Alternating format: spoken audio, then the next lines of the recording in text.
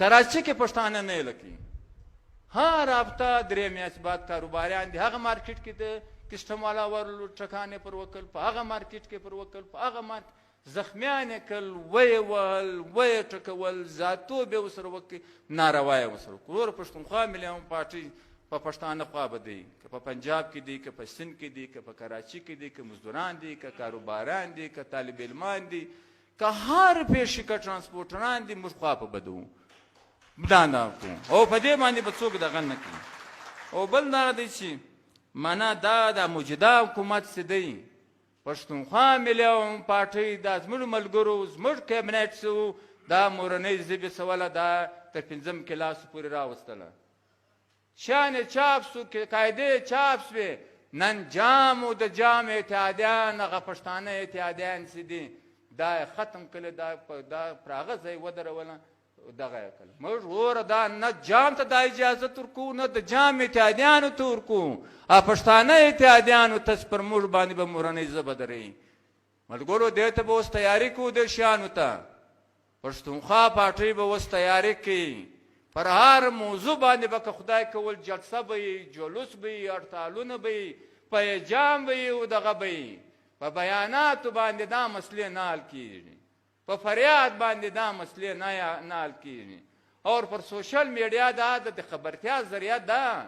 حل دا نه دی حل روډ دی حل ولس دی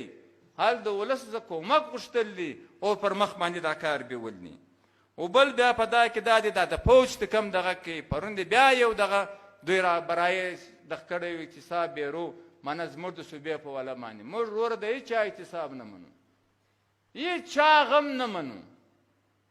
خدایه مکه چې ګس پیډیم را ولاړ چې دا وایي دا اعتصاب دا رنګه دی پښتونخوا ملي امباټۍ نه مني هغه وخت یې مني چې د فوج د عدلیه او بیا ټول پالیټیشن پارلمنټریان ګډ اعتصاب میکانیزم نه دغه نه پښتونخوا ملي پارټۍ چې هر میکانیزم جوړ کړي چې دا به دوی د اپوزیشن دپاره استعمالوي او د خپلو موږ دا نه منو خالي به د سویلین دپاره وي موږ دا نه منو د ګورد دپاره به میکانیزم جوړیږي تر ټولو مخکې به پالیټیشن او د پالیټیشن په مخکې به پښتونخوا ملي پارټۍ هغه اعتصاب ته حاضري مسخرې به خل نه کوي بالکل بیا نه کوي زموږ ایوبي ماشاءالله نه دی منلی موږ ضیاءالحق نه دی منلی موږ مشرف نه دی منلی موږ ابل نه دی منلی تا نوم نه سو منلی چې پر موږ باندې په فیصلې مطلق کوې نه تا منلی سو نه ستا فیصلې منلی سو نه ستا حکم منلی سو حکم به د آیین مطابق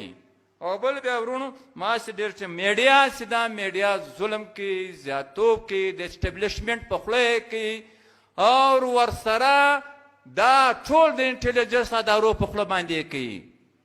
بیا د ملک میډیا خاص کر زموږ د صوبې میډیا چې ده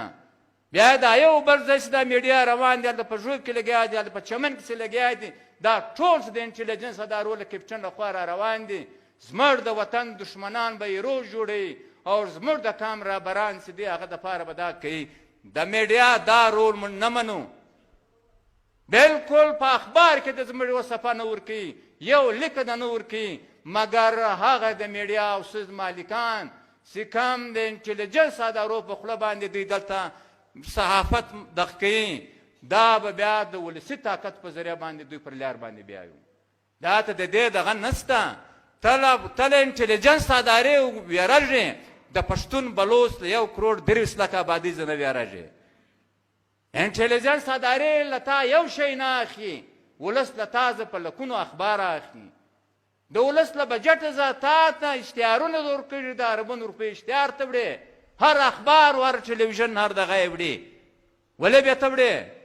ته به د ولس غمنې سې ولس کوم حقیقي پارټیانې دي حقیقي قوتونه دي د هغه خبره پر لار باندې به ځې ته به دا کوې تا ته آیین دغه وایي او ته د ولس په جیب باندې چلیږې د ولس په بجټ باندې چلیږې ته به هر وخت مسخرې راخیستې دغه به در اخیستې د غلو کوریج به یې د ډاکوګانو غه به یې د قاتلانو غه به یې د لینډ مافیا کوریج به یې او د انټیلیجنس ادارو جوړ کړي پارټیانو د هغوی نامنهاده مسلط نمایندګانو کوریج به یې د پارټۍ د مرکزي مشر غبنۍ، د پارټۍ د مرکزي پارټۍ غبنۍ، د جرسي غبنۍ، د جلوس غبنۍ، د بلوچ سیاسي پارټیان غبنۍ، دا پالیسي پښتونخوا ملي پارټۍ نه مني او د دې خلاف به موږ که خدای کول په راتلونکي وخت چې لږ ځان سره سنبال کړو دا به په مخ باندې بیا په دې کې دا دی